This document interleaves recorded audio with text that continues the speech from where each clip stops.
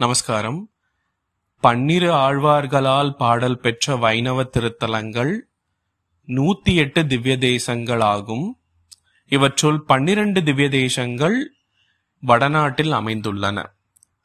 அதில் திருநைமிஷாரண்யம் என்னும் திவ்ய தேசத்தை பற்றி இன்று நாம் காணவிருக்கிறோம். இத்திருத்தலமானது உத்தரப்பிரதேச மாநிலத்தில் உள்ள லக்ஷ்மணபுரி என்று அழைக்கப்படும் லக்னோ நகரின் மிக அருகில் அமைந்துள்ளது. எதற்காக நைமிஷாரண்யம் என்ற பெயர் ஏற்பட்டது?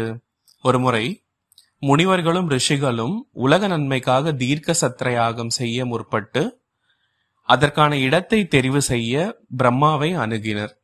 அப்பொழுது பிரம்மா தர்பையை சக்கர வடிவத்தில் செய்து அனுப்பி வைக்கிறார். அச்சக்கர வடிவிலான தர்பையானது இந்த வனப்பகுதியை வந்தடைகிறது. ஆரண்யம் என்னும் வனப்பகுதியும் சக்கரத்திற்கு சமஸ்கிருதத்தில் நேமி என்ற பொருளும் வருவதால் இது நைமிஷாரண்யம் என்றும், நிமிஷம் என்னும் ஒரு வகையான தர்பை புல் அதிக அளவில் விளைத்ததால் இது நைமிஷாரண்யம் என்றும், யாகம் நடந்த பொழுது அசுரர்கள் யாகத்தை தடை செய்ய முற்பட்ட போது பகவான் நிமிஷத்திற்கும் குறைவான நேரத்தில் வந்து அசுரர்களை அழித்து யாகத்தை காத்து கொடுத்ததால் நைமிஷாரண்யம் என்றும் அழைக்கப்படுகிறது. இத்திருத்தலமானது பிரம்மவனம் என்றும் அழைக்கப்படுகிறது. உபனிஷத் வாக்கியத்தின்படி பிரம்மமே வனமாகவும் விரிவடைந்துள்ளது.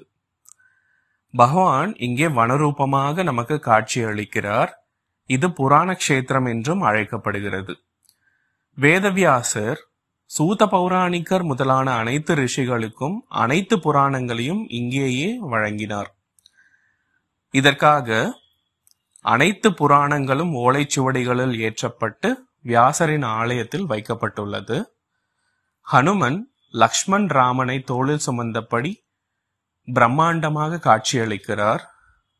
பகவான் ஸ்ரீஹரி தேவராஜன் ஹரலட்சுமி தாயாருடன் சேவை சாதிக்கிறார். மேலும் திருமங்கையாழ்வார் இந்த திவ்ய தேசத்திற்காக 10 பாடல்களை பாசுரங்களை அருளி செய்துள்ளார். அதில் வம்புலாங்கூந்தல் மனைவியை துறந்து பிறர் பொருள் தாரமென்றிவற்றை நம்பினார் இரத்தால் நமன்றமர் பற்றி எற்றி வைத்து எரியழுகின்ற செம்பினால் இயன்ற பாவையை பாவி தழுவன மொழிவதற்கஞ்சி நம்பனே வந்துன் திருவடியடைந்தேன் நைமிசாரண்யத்துள் எந்தாய். திருமங்கையாழ்வார் சொல்கிறார், ஒருவன் அழகான மனைவியை பெற்றிருந்தும் வேறு ஏதோ பெண்ணை அணைக்க ஆசைப்படுவானாயின் அவன் இங்கிருந்து உயிர் நீத்து நரகத்தை அடையும் பொழுது யமதர்மராஜன் அவனுக்காக செம்பினால் ஆன ஒரு பெண் உருவத்தை உருவாக்கி அதை நெருப்பிலிட்டு பழுக்க காய்ச்சி வைத்திருக்கிறார். அப்படி காய்ச்சப்பட்ட அந்த பெண் உருவத்தை அணைத்துக்கொள்.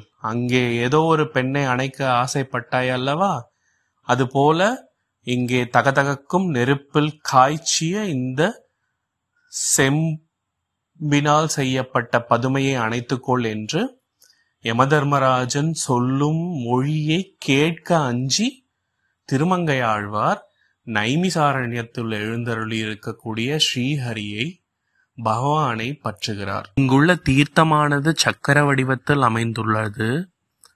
இது அனைத்து பாவங்களையும் போக்க வல்லதாகும்.